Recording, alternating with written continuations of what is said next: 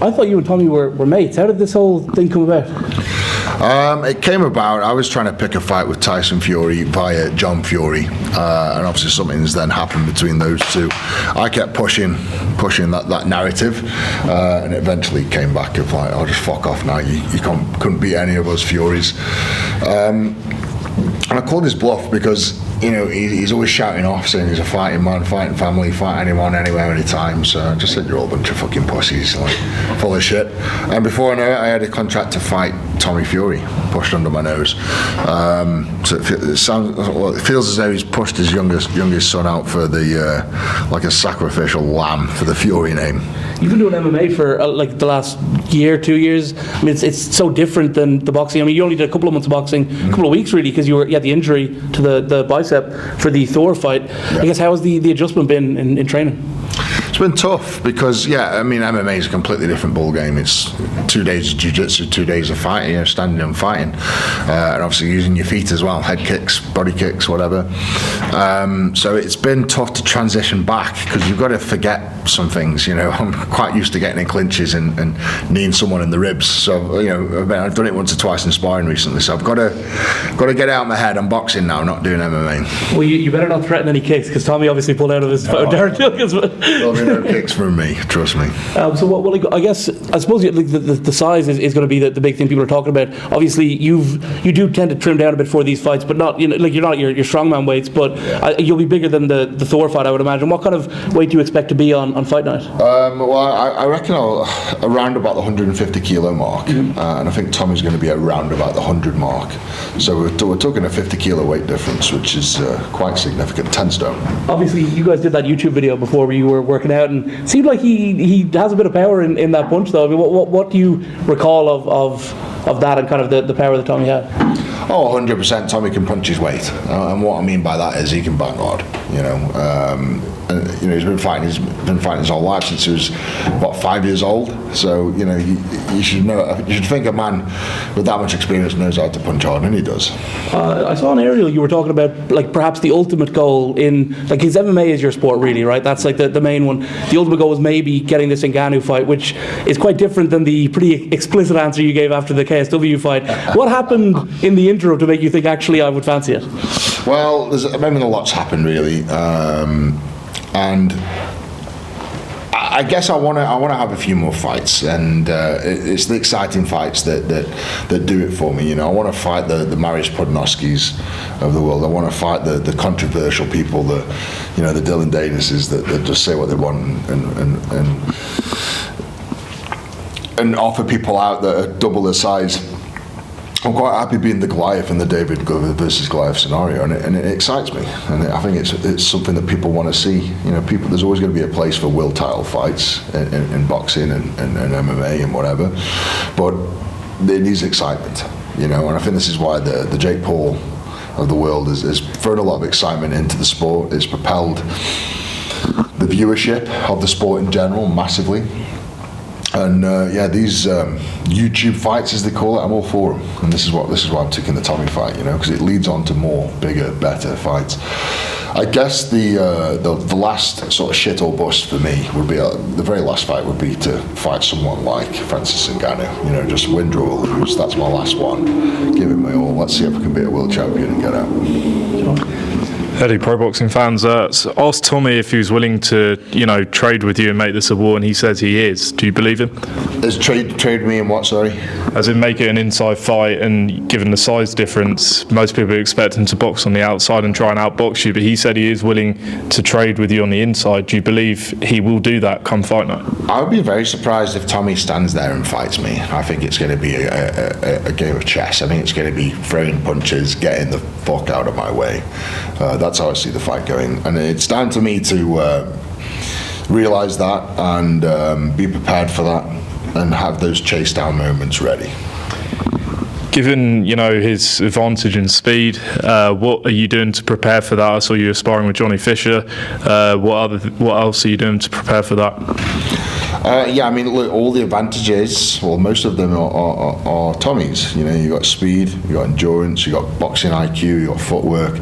He's got it all. What I've got is power and size, and it's a bit like if you're going to put Bruce Lee in with the Big Show. Just an example. Big Show's always going to win. It doesn't matter how fast Bruce Lee is, how strong he is. The Big Show's just going to grab him and beat him to a pulp. And that's what's going to happen here. I think you're quoted on record saying that you want to shut up John Fury. Is your plan to go to John next or Tyson? Where does this end? I don't think there'll ever be a fight with John Fury, but using John as a tool to perhaps move up that ladder of the Furies and eventually get a Tyson Fury fight in the MMA world would be a spectacle to behold, and I would love to get that fight. So Tommy's been talking about having a rematch with Jake Paul. If you pull off the win here, do you think that leads you to that fight with Jake? You never know. I would be an idiot to say no to that fight, of course. But yeah, I've got to concentrate on this fight first. Eddie Aimcon with seconds out. What happened with the Dylan Dennis fight? He seemed to talk about it quite a bit, and it seemed like that was close. Where did that fall apart? I don't think it's fell apart. I think it's still in talks, and I think it will happen. Hopefully this year. And to say Dylan Dennis claims to have the best jiu-jitsu in the world, and he claims that he can beat any man, given the grappling. So put it to the test. None more controversial than probably Andrew Tate within this space. Is that someone you'd zone in on? What, me versus Tate? Mm-hmm. I'd fight Tate all day. I feel like he really let himself down, Tate though, in his last fight, and I feel like if we were to fight Tate, I think he's I don't know what's the right word. He's sort of done the damage. Like, not many people would watch him now.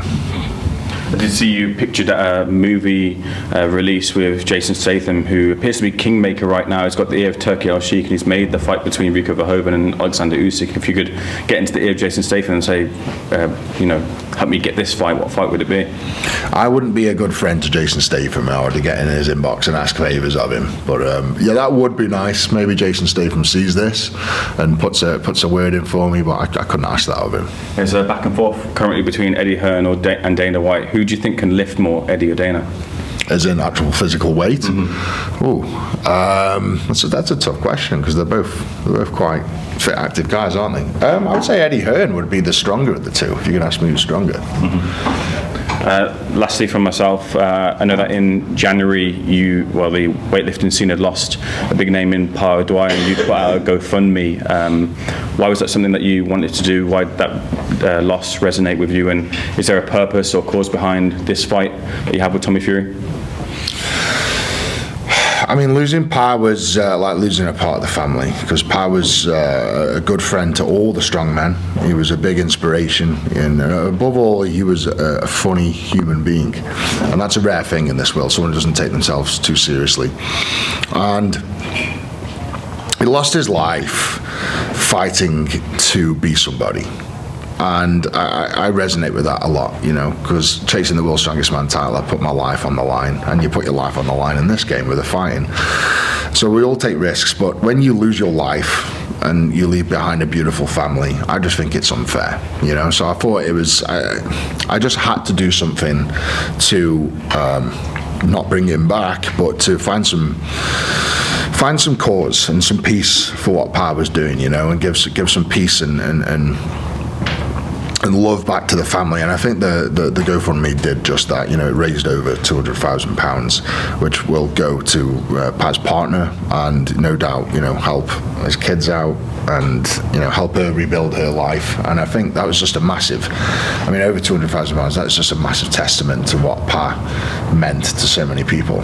People he hadn't even met. Just by making them laugh, he made a difference in this world. And just one more, just about Tom Aspinall, your friend. What do you think of his whole situation at the moment? And do you think that he's been hard done by the UFC? I think Tom's been hard done by, for sure. I think, he's stuff that couldn't be helped, and he hasn't had much support, in my opinion. Tom's, he's a champion of the world, and he's had that sort of taken away from him. It was through no fault of his own, and he's going to have to step away now and rebuild that, and start again, basically. Hopefully he can make the money. And I guess that's, we all fight for these titles, all these fighters do, but end of the day, we're here to put bread on the table for our families, and I just hope Tom was able to do that now.